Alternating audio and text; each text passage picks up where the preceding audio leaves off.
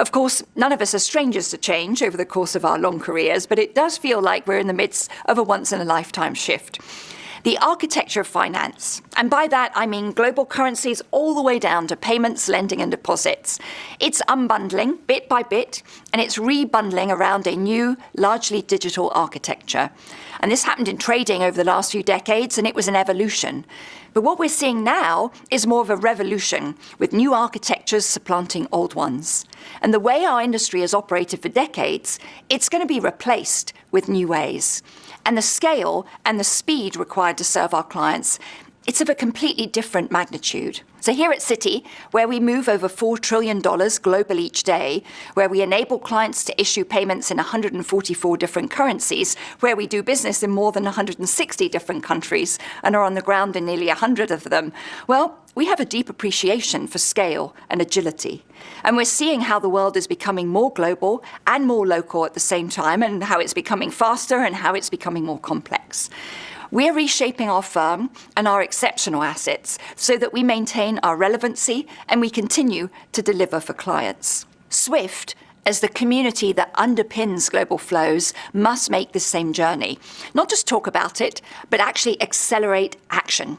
Because if traditional payments remain slow and comparatively clunky, as they are today, then it's a huge incentive for others to develop alternative, large-scale global payment systems that could be cheaper and much faster. That was Jane Fraser, ladies and gentlemen, the head of Citibank, talking about a once-in-a-lifetime overhaul of the financial system. And it's absolutely my belief, and I think we have enough proof to suggest that that overhaul, that rejuvenation of this system is going to involve distributed ledgers. And what distributed ledgers, you may ask? Well, we perhaps have the answers for you in this video. We're going to be talking about ISO 20022 coins. Now, don't worry, we're going to explain what this standard is, and we're going to explain why it's important, and of course what coins are involved in this and likely going to play a role in that once-in-a-lifetime opportunity that Jane Fraser there is talking about, who of course is the head of one of the largest banks in the world. And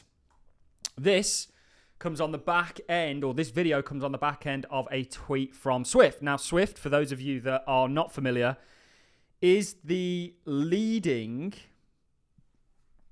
payments sort of infrastructure around the world. They have 11,000 banks in operation when it comes to messaging. So they're the people that currently orchestrate the traditional financial system. And they tweet today, there's now just under 1 year to go until the end of MT/ISO 20022 cross-border coexistence period for payment instructions. Early adopters of the new standard are already starting to see improvements, including interoperability across ecosystems and enhanced processing capabilities, and more are expected as momentum builds closer to November 2025, which is the deadline. So we're going to go ahead and read their article, because in their article we have some comments from some pretty big players, like BNY Mellon, like HSBC, like DBS, like the Bank of Australia, like HSBC, QMB, etc., etc. And there are loads of them. And we know Swift are currently conducting operations with Chainlink, and people see Chainlink as a competitor to their cryptocurrencies. Actually, no, it's an enabler of them, because what it's going to act as is almost like an overledger system, to steal that term from Quant there, a kind of operating system, a connective tissue for this new financial system to essentially work. What I'm going to do now is I'm actually going to go ahead and play a clip of somebody explaining in better terms than I can and more eloquently than I can exactly what ISO 20022 standards are, what they mean, and then we're going to talk about this article, and I'm going to then show you what cryptos are involved with this. And coincidentally, the cryptos that are involved with this are the ones that have been doing really well post the Trump election, and the kind of triumph that took place in regards to Gary Gensler and the SEC, which have really put a roadblock in between our industry and the traditional financial system. You know, he's now essentially going to be out the door, and they've already sort of announced Paul Atkins who's spoken about the Ripple case, spoke about the Howey test being outdated. He was also at a Cardano summit a while ago. But let's go ahead and run the clip, and then we're going to get into it. What exactly is ISO 20022? Well, it's a new global standard for financial messaging that is making waves in the industry. Basically, it helps financial institutions securely and efficiently exchange information with each other. It was created by the International Organization for Standardization, or ISO, an independent, non-governmental international group that sets international standards for things like quality and security management. If you ever sent a wire transfer, you maybe heard of another messaging standard called SWIFT.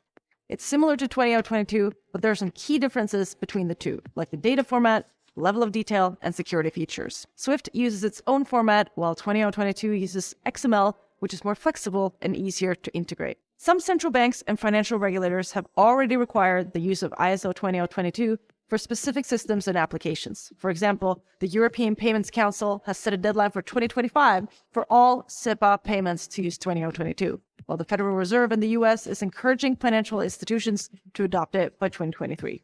So what does this mean for digital currencies? ISO 20022 has the potential to play a key role in the development and implementations of CBDCs, as it provides a flexible and standardized framework for financial messaging that ensures consistency and interoperability between systems. Adopting ISO 20022 could increase the use of cryptocurrencies that are compliant with it.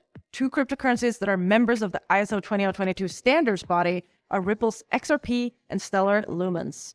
Recognizing the value of ISO 20022 messaging and its potential to transform the financial industry, Stronghold has utilized this technology in conjunction with blockchain ledger payments in select projects. Messaging standards are crucial for enabling the efficient and secure exchange of financial information between different systems and technologies. They play a critical role in improving the overall performance and reliability of the financial services industry. So now to dive over to the article, it says 1 year countdown to ISO 20022 for CBPR+ begins. It talks about early adopters, highlight key benefits. Payments are entering a new era with the introduction of ISO 20022 standards as the common language for payments worldwide. It goes on to mention early adopters again, enabling the community's transition to ISO 20022. It talks about how they're committed to the migration. The Fed, for example, is actually already using this standard. And we do see the likes of Drops, which is a Hedera project actually already on the Fed Pay Now. It talks about supporting the community. What I'm really interested in is the community support for ISO 2022. And this is from Sheen Melton, who's the Chief Technical Manager at ABSA, said South African banks are fully committed to the ISO journey and are driving hard to have fully migrated all payment messages to the new ISO standard by the deadline November 2025. Isabel Schmidt, Executive Platform Owner, Enterprise Payments at BNY, it's obviously BNY Mellon. November 2025 will be the deadline defined as a landmark moment for our industry, and BNY Mellon is excited to foster and amplify the value that full industry adoption of ISO 20022's rich and more structured data provides in order to deliver innovative products and to drive a more unified, standardized global payment ecosystem as we continue our important work and countdown to the next 12 months. We are fully engaged in supporting our clients through their remaining transitioning challenges. This is Celia, who's the Director of International Network Management at Commonwealth Bank of Australia. Migrating to ISO 20022 presents a unique opportunity to advance interoperability and drive harmonization across the financial industry, aligning closely with the G20 roadmap objectives. With the November 2025 deadline fast approaching, it is crucial that we fully commit to this transition. By doing so, financial institutions can unlock the benefits of enriched structured data while contributing to the truly interoperable global payment ecosystem. There's a global system coming, ladies and gentlemen, and many of the cryptos that we cover here on the channel are going to play a role. Chainlink isn't actually in the ISO list, but it is absolutely part of the plan because Chainlink literally are Swift's partners and already running multiple pilots. Tessie Matthews, who is the head of cash product management at DBS. Industry-wide collaboration will help all participants maximize the value of ISO 20022 and leverage the rich data it provides to drive growth and innovation. At DBS, early adoption has helped us uncover significant benefits and address pain points for our clients, including removing the need to manually invoice matching and reconciliation. That's only possible by blockchain, ladies and gentlemen. For banks to derive longer-term operational efficiencies for themselves and clients, multiple parties within the organization will need to be engaged to drive changes. This is an individual from the head of operations at Diamond Trust Bank. And then we've got HSBC, etc. Et cetera. You get the point. We don't need to read all of these. Wells Fargo there. Wells Fargo did an article, I think it was in 2023, or it might even been 2022, where they actually spoke about this new internet of value that's coming. All the major banks in the world and the actual premier operating system are ready to embrace a digital transformation. And what Jane Fraser at the start of the video said was this kind of once in a lifetime overhaul. Let's now talk about some of those ISO 20022 cryptos. And this is a list of them. Of course, you've got XRP. You could have probably guessed.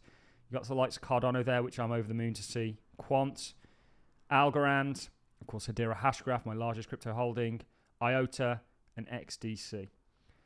So we know that these cryptocurrencies are likely going to play a role in the new financial system that SWIFT, the largest sort of system when it comes to the current global payment network, are looking to enable, and that we absolutely know is coming. And there's all those banks, and they're just a few of many that have said the same thing. Larry Finks believes the future of markets is through tokenization. And it's very interesting, isn't it, how these have been some of the best performing coins since Trump's win, and ultimately what is more broadly clear. And this technology now being enabled to do what it was always destined to do. So that is it from me, ladies and gentlemen. I'm going to love and leave you on that note. If you've enjoyed this content, a like is always greatly appreciated. So as a comment, and I'll see you all in the next one. Thanks for watching, guys. See you soon.